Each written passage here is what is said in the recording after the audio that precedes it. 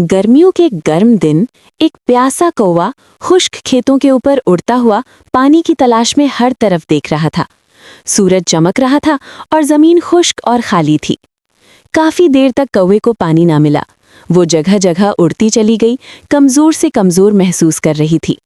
जल्द ही वो बहुत थक चुकी थी और हार मानने के लिए तकरीबन तैयार थी। अचानक कौवे ने नीचे जमीन पर पानी का एक जग देखा। आंखों में उम्मीद लिए वो तेजी से नीचे उड़ गई। उसने जग के अंदर झांका तो नीचे कुछ पानी देखा। कौवा खुश और पुरजोश महसूस हुआ। उसने अपनी चोंच जग में डालने की कोशिश की, लेकिन गर्दन बहुत तंग थी। फिर उसने जग को ऊपर से धकेलने की कोशिश की, लेकिन इसे हिलाना बहुत भारी था। कौवा खामोश बैठा सोचने लगा।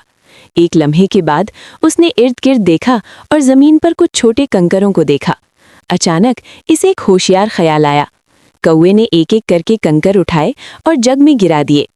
हर कंकरी के साथ पानी की सतह आहिस्ता आहिस्ता बुलंद होती गई। कुछ ही देर में पानी जग के ऊपर पहुंच गया। कौवे ने खुशी से पानी पिया और दोबारा ताज़ा और मजबूत महसूस किया। खुशी से भरा